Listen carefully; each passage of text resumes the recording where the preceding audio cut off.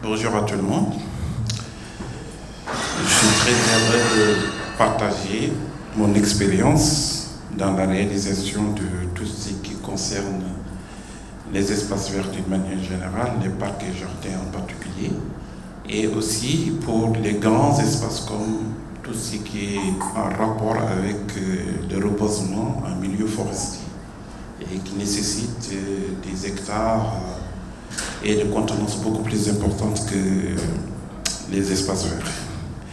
Maintenant, par rapport à l'intervenant précédent, moi je ne suis pas là pour faire un algorithme basé sur l'intelligence artificielle pour résoudre un certain nombre de problèmes. Mais je suis là pour exposer le genre de difficultés et aussi voir avec les concepteurs d'intelligence artificielle pour pouvoir apporter des solutions dans l'amélioration de nos conditions de travail et également comment optimiser les aménagements et surtout les réaliser dans un délai assez raisonnable. La grande problématique à laquelle on fait face aujourd'hui, parce que l'intelligence artificielle, surtout là où on l'attend, c'est pouvoir nous faciliter la vie. Et cela repose d'abord sur la nature du métier que nous exerçons. Généralement, c'est des métiers qui sont pénibles. Donc, pénibles à deux niveaux. Au niveau de portée des charges et aussi au niveau de la posture. Parce que la posture, on est dans une activité assez systématique, dans une position pendant des heures et des heures, et une fois qu'on admettons qu'on est tout le temps courbé pour planter, pendant des heures, à un moment donné, se redresser, ça demande encore une autre adaptation au fur et à mesure. Et ça, c'est assez répétitif. Maintenant, ce que nous attendons de l'art de l'intelligence artificielle, c'est pouvoir nous aider dans ce sens. Dans ce sens, à quel niveau? Au niveau de la conception, par exemple, paysagère. Donc, on a un espace qu'on doit aménager avec plusieurs faciès, notamment une partie arborée, une partie gazonnée, une partie aussi avec des massifs d'arbustes. Ce qui est important, c'est qu'au niveau de la conception déjà, qu'on arrive à mettre des codes-barres en relation aussi avec tout ce qui est plantes. Et là, il faut agir déjà à l'amont. L'amont, c'est au niveau du pépiniériste. Il faudrait qu'au niveau de sa production, chaque production qu'il l'accompagne de codes-barres. Et maintenant, le paysagiste dans sa conception peut se baser uniquement sur ce code-barres, essayer de positionner les plantes, les massifs en fonction des codes-barres. Et là où c'est très important au niveau de l'intelligence artificielle, c'est qu'au moment du déchargement, qu'il y ait une lecture de chaque code-barre et avec le système de géolocalisation, que chaque code-barre lu doit être affecté en X et Y à l'endroit où il est destiné dans l'espace. Je peux prendre un exemple. On a un olivier majestueux qu'on aimerait bien mettre à l'entrée du jardin. Et les coordonnées X et Y sont déjà prédéfinies. Et au niveau du plan, on ne met que le nom de l'espèce en latin. Et le pépiniériste, déjà, à la base, il a déjà codifié les choses entre le nom et aussi le chiffrage. Maintenant, la lecture du code-barre avec l'intelligence artificielle déterminera exactement dire que cet olivier, il est prévu à cet endroit. Et cet endroit, c'est au niveau de l'entrée ou bien au niveau d'un espace déterminé. Donc, en réalité, c'est ça. Maintenant, comme l'intervenant vient de le dire, dans l'algorithme, on peut intégrer beaucoup de critères. Des critères qui peuvent déjà orienter les paysagistes au cas où ils feraient un choix de déterminer une plante dans un endroit, mais avec l'intelligence artificielle, en intégrant toutes les données de l'espace, que ce soit au niveau climatique, qu'il ne soit au niveau édaphique, c'est-à-dire la nature du sol. Et en plus de ça, il y a aussi des orientations. Parce que le jour, ce n'est pas la même chose qu'en plein zénith, ou du moins le soir. Et comme on est dans le domaine de l'ornement, donc il y a tout ce qui est la floraison, et la fleur ne peut donner que son éclat qu'à certaines heures de la journée. Donc ces orientations aussi vont aider le paysagiste également à positionner les plantes de sorte que de toute la journée, ceux qui fréquentent ces espaces aient toujours cet aspect tout au long de la journée, que ce soit le matin ou l'après-midi ou parfois le soir. Et là, le séquencement aussi, pour avoir une floraison durant toute l'année.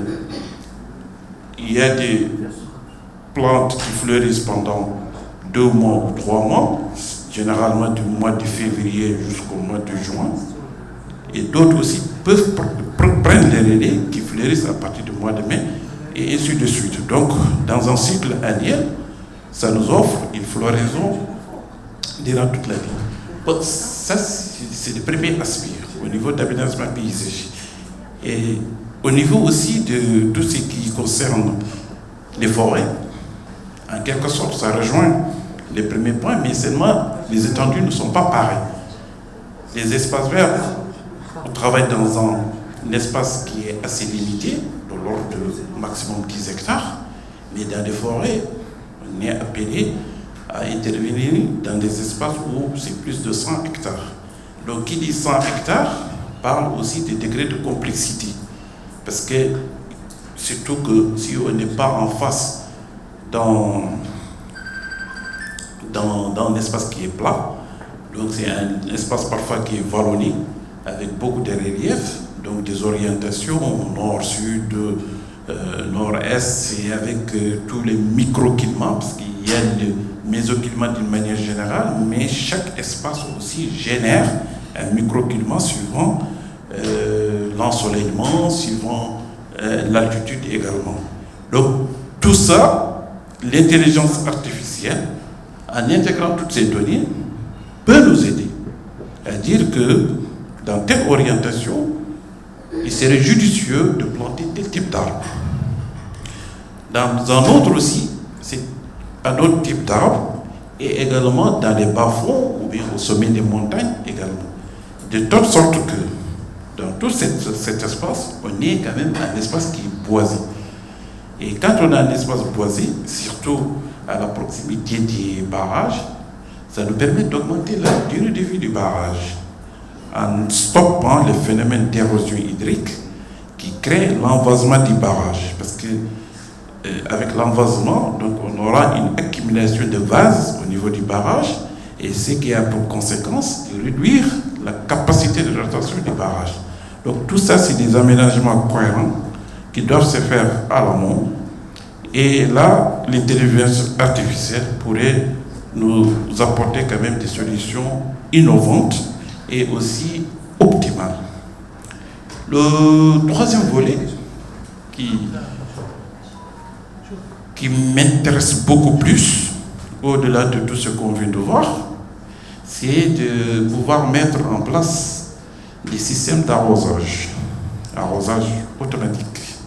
Actuellement, tous les systèmes en place, que ce soit par aspersion ou que ce soit par goutte à goutte, et goutte à goutte aussi, il y a une technologie allemande qui apporte des solutions optimales, c'est le système de tuyaux poreux. Mais tout ça, ça nécessite des quantités importantes d'eau qu'il faut mobiliser jusqu'au niveau du végétal. Ce qui se fait actuellement, c'est de faire des programmations assez vagues. Assez vagues, comment? C'est de dire, je dispose de telle quantité d'eau et j'ai des espèces qui demandent une certaine quantité d'eau par jour. Par rapport au nombre des espèces, multiplier la quantité, et bien là, on détermine tout de suite le besoin. C'est un besoin qui est assez théorique, qui ne prend pas en considération certains aspects, notamment l'humidité du sol Et même l'humidité du sol aussi est assez variable, parce que quand on regarde le sol, je dis que c'est un sol qui a une texture argilo-limonneuse et sablonneuse, mais cette texture ne s'explique pas à tous les niveaux, et il suffit juste de passer d'un mètre à un autre. Là, on constate la variabilité de la texture du sol.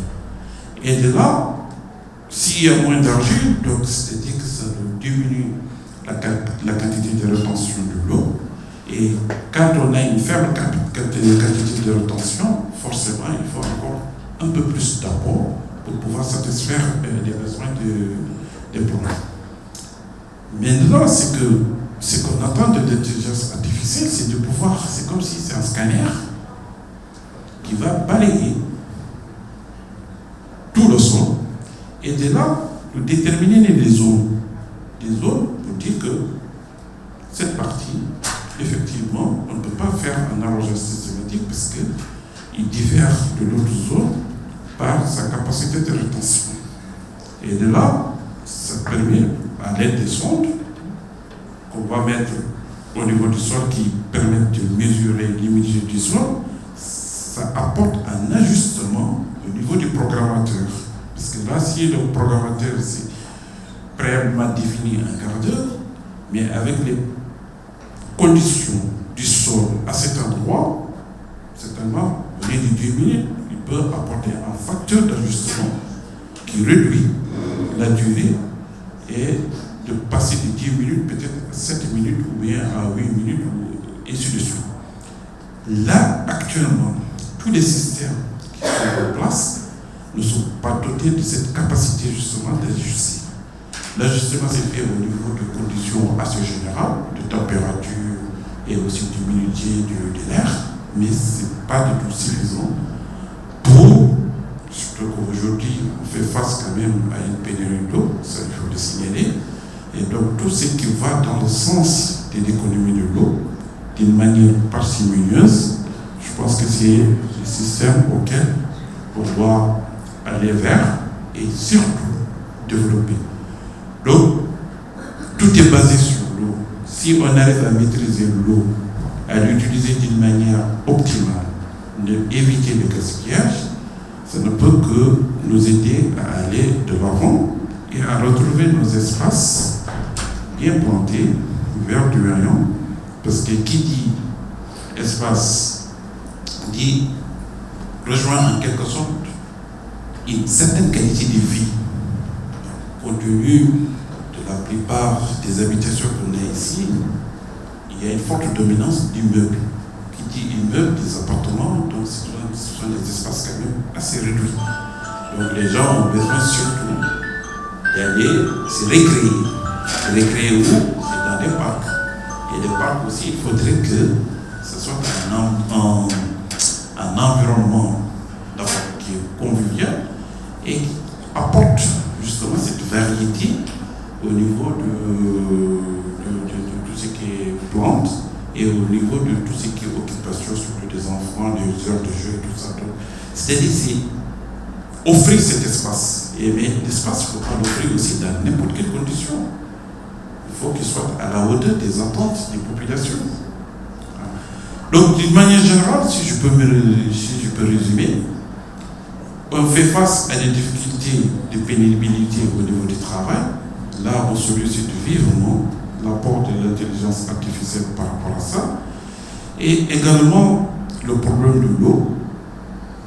Si l'intelligence artificielle peut nous aider à mieux optimiser la consommation de l'eau au niveau de nos espaces, c'est vrai, au jour d'aujourd'hui, on parle de recycler les eaux usées, tout ça. Bon, pour le moment,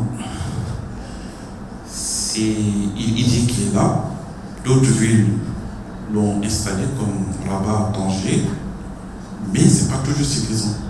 Parce que quand on fait l'adéquation entre besoins et disponibilité des eaux usées, il y a un gap.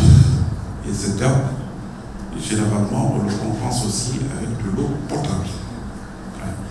Et là, l'intelligence artificielle, si elle peut nous aider dans ce sens, que je pense qu'on fera un bond et surtout on ne va plus faire des aménagements au rabais.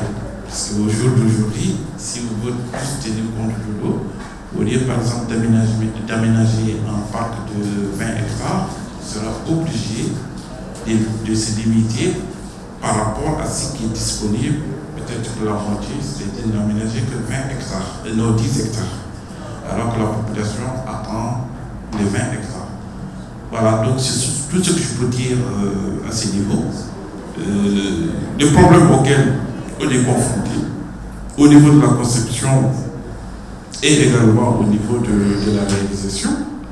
Et là, je pense que parmi le public, quand même, il y a des gens qui sont beaucoup plus pointus que moi sur les algorithmes de l'intelligence artificielle. Donc là, je pose la problématique. S'il y a des moyens de voir ensemble comment sortir un algorithme qui peut nous aider dans ce sens, et là, je serai disponible pour ça. Alors, je vous remercie pour votre attention.